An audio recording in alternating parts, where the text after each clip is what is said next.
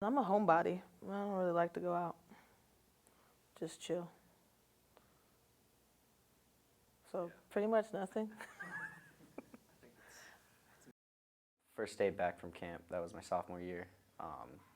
It was the big word on campus, big news that we had hired a female coach. You know, a lot of men unsure about it, not sure if we should buy in or just kind of keep on.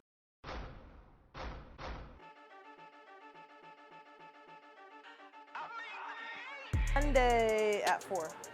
Coach Angela. It's Coach Angela. Has to come up and down and in. Knees first, right? Don't look down at your feet.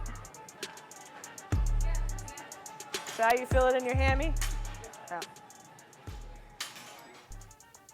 I am Angela Dendas, head strength coach at Lewis and Clark College in Portland, Oregon. I think having her in my life has opened my eyes to some things coming from a small conservative rural place. You know, I've never been involved with, diversity, I guess. It don't sound like I come in like, oh, I'm a female strength coach. I'm a strength coach. And when you have this position where you really can influence kids, I think you gotta have pride. You gotta have dedication. Can't be lazy. You know, it'll show. Your shoulders higher than the hips higher than your knees, right? I was excited to have someone come in that knew what they were doing and help me out as a baseball player. I still feel to this day my dad doesn't really understand what we do. And there's been a few things said that it's like, do you really understand what we do? Probably not. And that's probably what a lot of people don't understand.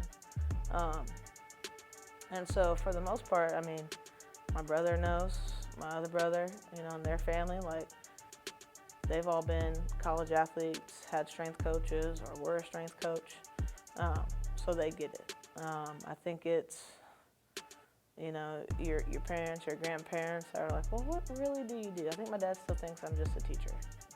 I've never had a female as my strength and conditioning coach. It was the first time, and it was just a little different at first because I never expected that. It was just something I was never used to, but you could tell right away Coach Ange knew exactly what she was doing. I have a good story for that. So in my interview, they bring you in, and I feel like every coach on the department was there. It's big, open table. I don't even remember what room it was in because it's just like you're so focused on what you're doing that day. And that was one of the questions. They said, you're like kind of nervous, like you want to impress people, but at the same time you want your personality to come out, right? So I thought about it. I was like, how do you coach male athletes? Male athletes was really the question. How do you coach male athletes? Or what do you do? How do you kind of deal with that? And I remember it like still to this day. I was like, well, it helps when you lift as much as them, right? For some reason, it works. I don't know why. I'm not a psychologist, right? But for some reason, when you can show an athlete what exactly you're asking them of, they respond. Good posture. Push back, 1, 2, 3, back down. I think you really got to have some thick skin. It's kind of hard at times to, tell a guy, you don't squat well enough. They're like, what do you mean? I squat well. No, man, look, you don't. I think that you got to have some thick skin to be able to take whatever they may feel. And that's with any athlete, male or female. But, for the most part, again, it's not something I'm thinking about when I'm coaching.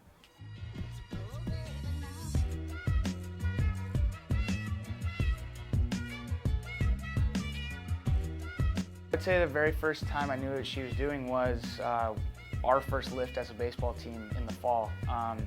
She came in and had a plan for us. You could tell she was going to make us better as a team, stronger individually. And when she started jumping in and working out with us eventually and coming up with different lifts and stuff for us, it was something that I think everyone was excited to have, because we had never had that before. So male or female, we didn't really care. It was just nice to have that presence. And I bought in right away. It only took probably a week working with her before most people realized what she was packing. So she brought some crazy workouts that really just destroyed a lot of us compared to what we were doing at the time. It was probably the first time actually lifting with her that I knew that, for one, she knew what she was talking about, and then she also used it for herself. I remember the first time spotting her for a 200-pound plus bench was pretty inspiring to spot, you know, a girl for that much weight. I mean, sure, you're gonna have doubters. That kind of comes with the territory. But I don't think there's an incident that really sticks out that's like, because you're a woman, you can't do this. I think people like to see if you could do it. You know, I think they'd give you that opportunity to say, or to show them that you can do it. Now, whether they're giving you that so they can see you fail, well, I don't know, yet to be determined, I guess. But I can't really say that there was an exact kind of instance. You know, even going through, you know, when you're looking for that first job or second job or next step kind of job, no one's gonna say, we're not hiring a female. You just don't do that. Now, do I think that could be, that there was probably that? Yeah. You know, but when you choose to be in this field, you gotta understand there's those uphill battles. When I heard Coach Angela was hired, we had only heard that we just got a strength and conditioning coach. We didn't know it was male or female, so we were excited for that aspect.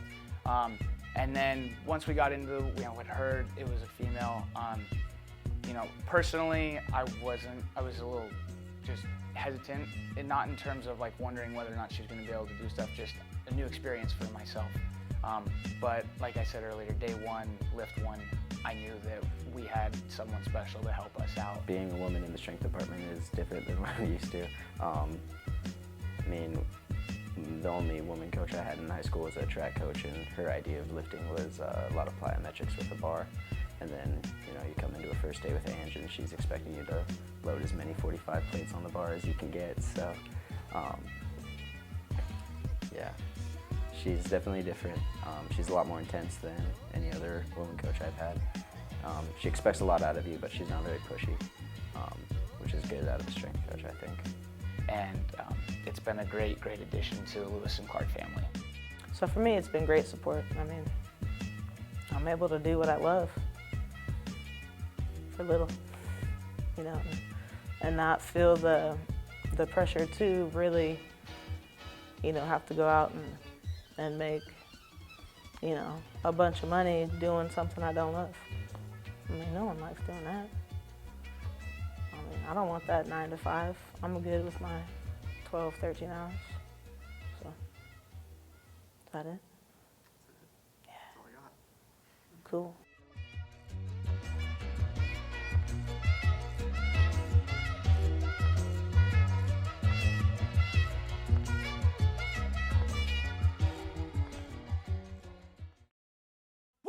Bring 'em out, bring 'em out, bring 'em out, bring 'em out. It's hard to yell when the barrel's in your mouth. It's iconic to have the coffee. Bring 'em out, bring 'em out, hey. Bring 'em out, bring 'em out, yeah. Bring 'em out, bring 'em out, hey. Bring 'em out, bring 'em out. VIP coming live from the VIP.